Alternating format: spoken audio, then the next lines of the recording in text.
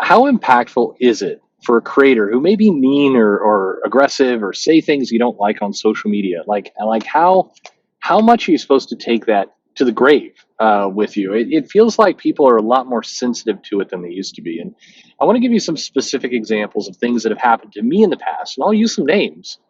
And you tell me, are these things equivalent? Are they more? Are they less?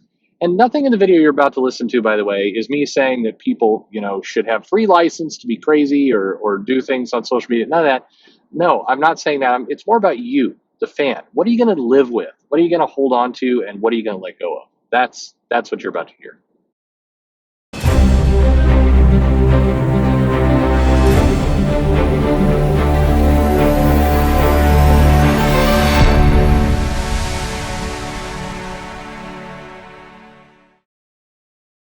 Hey everybody, this is Perch. I've been around and in comics for a long time, and maybe that's the secret here is that I was actively doing things in comic. I mean, I was collecting in the '80s, in the early '80s. I was collecting comics. And then by the beginning of the '90s, I had my shop, and since '90s, 2000s, 2010s. I mean, we're talking 30 years.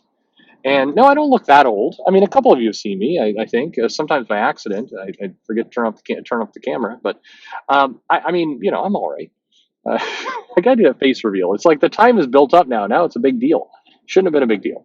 At any rate, it is. I guess having been around it, I've had my share of crazy stuff. And I'll give you just a classic example. So one of the creators that I absolutely love, I love his work. I will go back and look at it over and over. I'll read comics that are 30 years old and still love them, 40 years old and still love them, is John Byrne. I think John Byrne is just one of those people who is an amazing talent. And every now and then he shows some new pages, like he gets bored and he does some new pages, and it's incredible stuff. But if I'm going back from today, a couple of you may remember that John Byrne used to have a message board, and John Byrne was, I mean, to use maybe a more kind word, he was a prick on that board.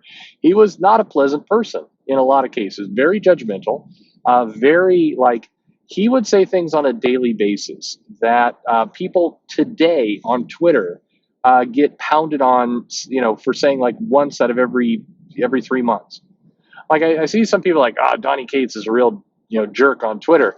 It's like, yeah, I mean, he says some things he shouldn't, but like if you compare that to Byrne, I mean, Byrne was firing off stuff like that daily, hourly in some cases. I mean, it was like, I don't know. And to me personally now, I mean, I had booked Byrne, I had done things, I had arranged things with Byrne where he blew things off. He, you know, I had egg on my face on multiple occasions because of John Byrne, either by booking him or, having an arrangement to meet up to get a transaction happening at a con or just something, and it didn't happen.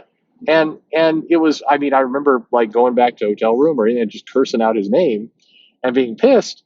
But at the end of the day, I still pick up, She-Hulk, Namor, Next Men, X-Men, Fantastic Four, the Superman work he did, the Wonder Woman run he did, and it's great stuff. I pick it up and I'm like, well, this is good stuff.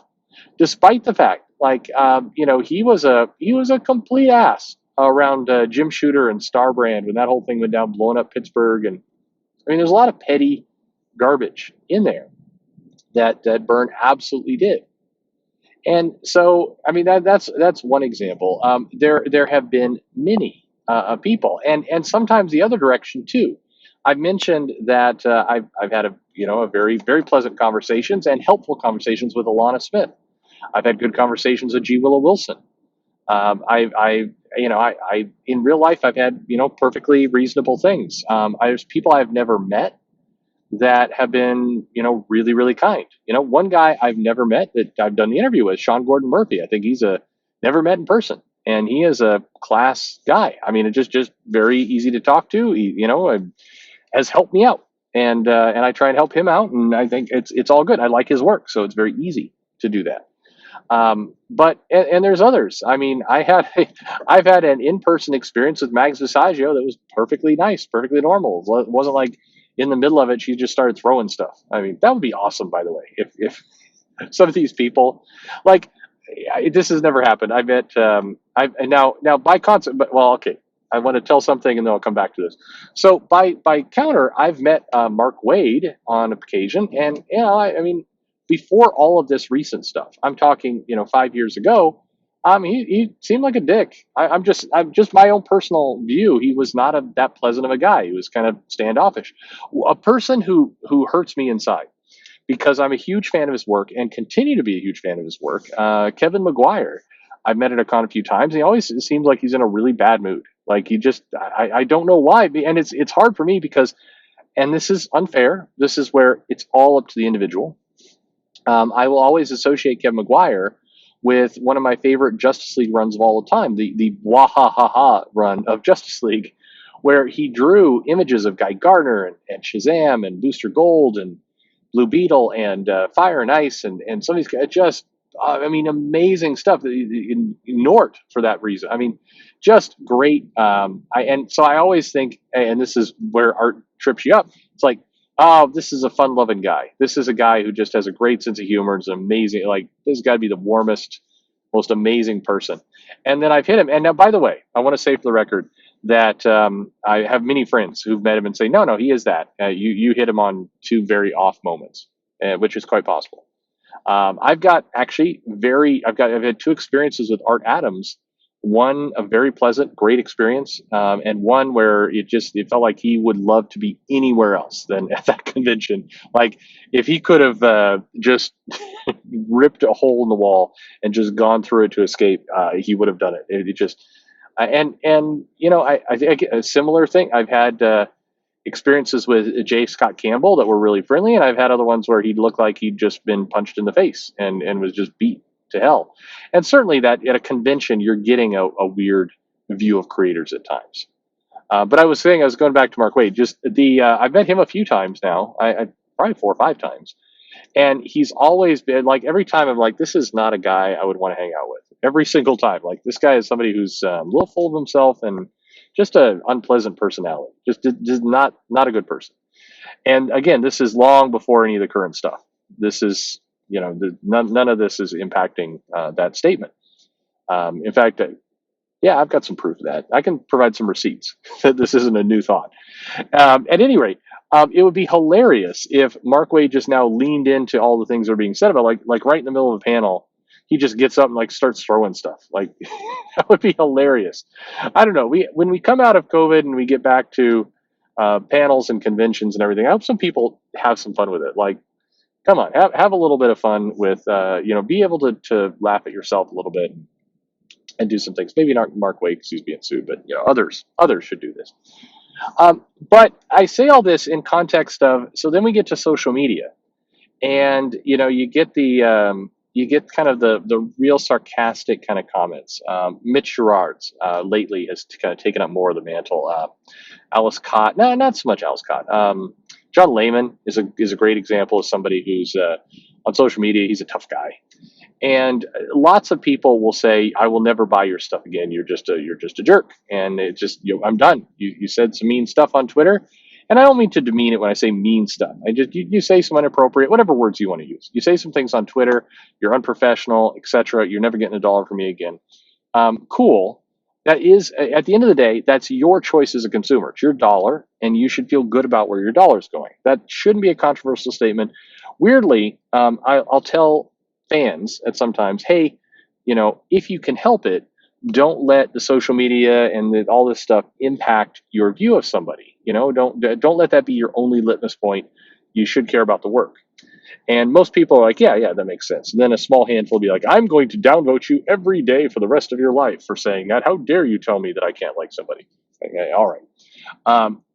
But the other direction for creators, when I've said things like, hey, fans at the end of the day should be just putting their dollars where they feel good. If they don't feel good about it, don't put your dollars there. I don't think this is a controversial statement. It's a practical one.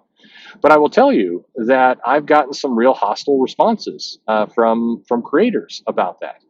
I'm trying to think. I was on, God, now I want to name the creator. I was on Twitter, and I was going back and forth, and Mags Visaggio was arguing with me about block bots. And I said, look, at the end of the day, this isn't that complicated. People should buy what they like. and not buy what they don't like, and end of story. And I forget, somebody ran it. It wasn't Mags. It was somebody else runs into the thread and like, fuck you. And I'm like, Jesus. I mean, but I've heard that before. I've been at cons and I've been drinking with people. I'm like, hey, should do this or do that? I was with some editors who, most of which, a couple of which are now not working at DC anymore. And I mentioned, and they're like, I don't know if I could subscribe to that.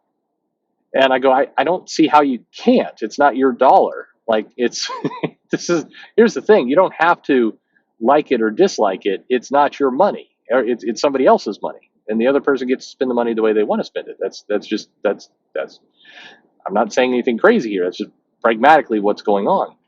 Uh, but be that as it may, it's weird to me that I've had these experiences where I've had creators in real life, IRL, cost me money, like put me out, like $1,000. I did some arrangements for somebody, and they no showed, and I mean, this is a 4-figure problem, and still I can pick up and enjoy the work. I can still pick up Fantastic Four or some of these things and enjoy stuff, even though Byrne has hosed me a few times. Um, should I hate him for the rest of his life? I mean, I don't know. This is where, again, it's a personal choice. So I often find it fun, not funny, that's the wrong word, but just interesting that people draw the line at, well, here's the deal. It feels like people draw the line faster at, you are rude to me on Twitter, than if the person actually like didn't show up or didn't deliver a commission. And I don't quite get this one. It's where, I mean, if somebody screwed me out of money, I would remember that. That would tend to be something I would burn in my soul if they had actually cost me cash, and some have. There's one person I'm specifically not mentioning here, who is up here kind of in the Northwest area, who and a couple of people know, and nobody understands it, because he's I think friendly on social media and all the rest, but this guy cost me like $1,500, and as a shop owner, that's a decent chunk of change, and I have a very hard time. It's the first person that I've really I can't even enjoy the work anymore, because it was such a bitter, angry experience. It's not only did the guy cost me money no show, but then proceeded to badmouth me and the shop to some other people in the area for to kind of cover his own butt.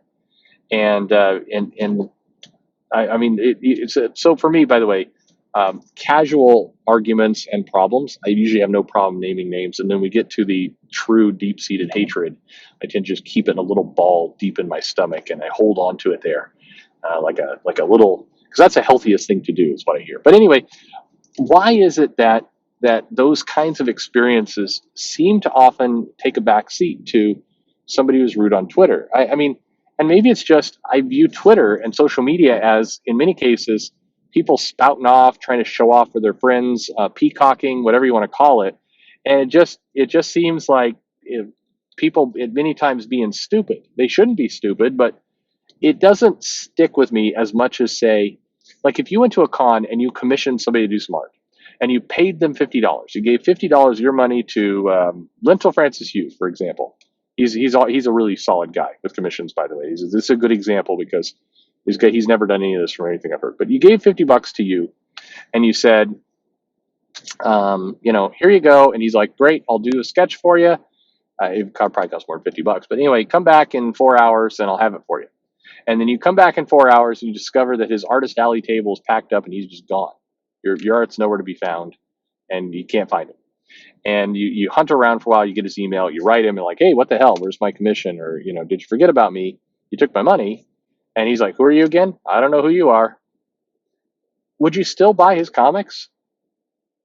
I laid out that exact scenario on Twitter like 2 or 3 months ago, and people were like, yeah, I mean, mistakes can happen. I'd forgive him. Like, that was a fairly common response. And I was like, well, what if he came on Twitter and started talking about how he hated Trump people? It's like, no, I'd be done with him forever. It's like, really?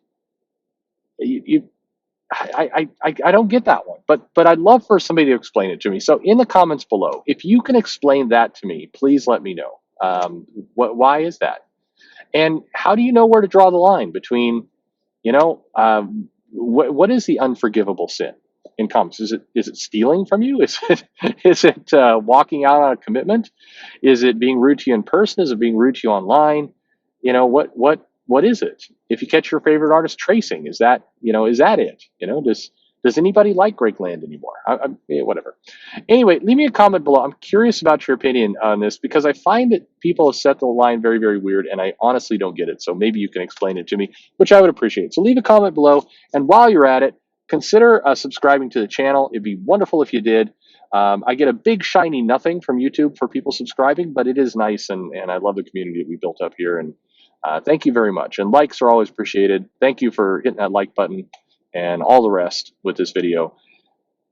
Follow me on social media, Twitter, Facebook. Get up to my shenanigans over there. You can send me an email at comicsperch@gmail.com. And thanks for listening.